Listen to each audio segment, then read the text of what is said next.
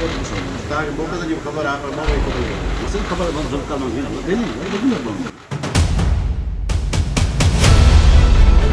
दादू में सिविल अस्पताल ते फर्स्ट सिविल जज जुडिशियल मैजिस्ट्रेट मोहम्मद अशरफ देहराज जो छापो। अदालती छापे दौरान सिविल अस्पताल दिल वारे वार्ड ऐं पूरी अस्पताल मां 18 डॉक्टर डॉक्टरियाणियूं ऐं अमले जा 5 मुलाज़िम गैर हाज़िर।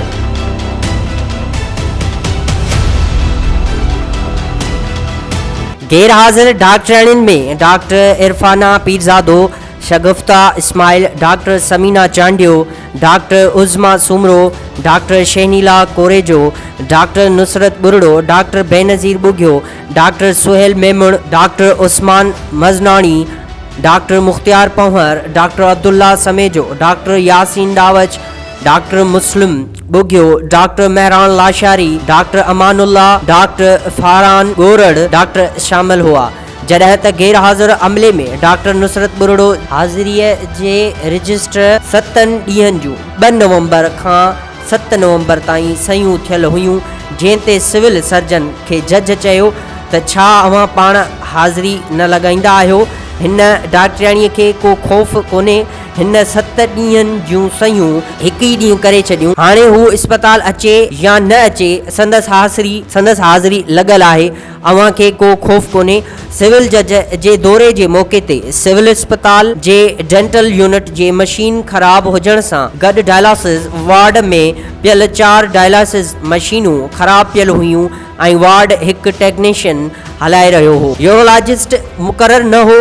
ज़ख़्मी थियल औरत ज़ोहरा जे वारस अशरफ बबर सिविल जज आॾो धायो त असांजो मरीज़ अस्पताल में 2 कलाकनि खां एमरजेंसी वार्ड में पियल आहे, पर का बि लेडी डॉक्टर MLO लेटर ॾियण लाइ तयारु न आहे ऐं चयो वञे थो त जंहिं डॉक्टर जी ड्यूटी आहे उहा घर आहे, अचे पोइ सर्टिफिकेट ॾींदासीं।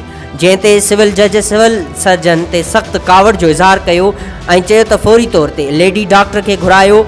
अव्हां मूंसां कूड़ छो ॻाल्हायो आहे। अस्पताल जूं ड्यूटी डॉक्टर अव्हां जो चवणु नथियूं वठनि। सिविल जज दादू सिविल सर्जन खे डिटेल्टमेंट ते वियल डॉक्टरनि जी लिस्ट खेसि मोकिलण जा हुकुम ॾींदे गैर हाज़िर डॉक्टरनि ऐं अमले खे एक्सप्लेनेशन लेटर जारी करे कापी खेसि डिस्ट्रिक्ट सेशन जज दादू DG सिहत ऐं सेक्रेटरी सिहत खे उमाणण जा पिणु हुकुम ॾिना। सिविल सर्जन दादू सिविल अस्पताल में एक्सरे ऐं हेमोग्लोबिन टेस्टुनि जी फीस जो 2 सालनि जो रिकॉर्ड पिणु अदालत में पेश करण जो हुकुम ॾिनो।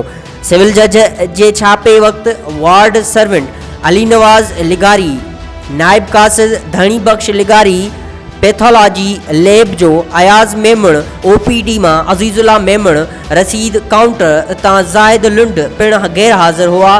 सिविल जज रिपोर्ट डिस्ट्रिक्ट सेशन जज दादू वटि जमा कराई। सेशन जज दादू वटि जमा कराई छॾी आहे, जेका DG सिहत ऐं सेक्रेटरी सिहत सिंध खे कार्रवाईअ लाइ मोकिली वेंदी।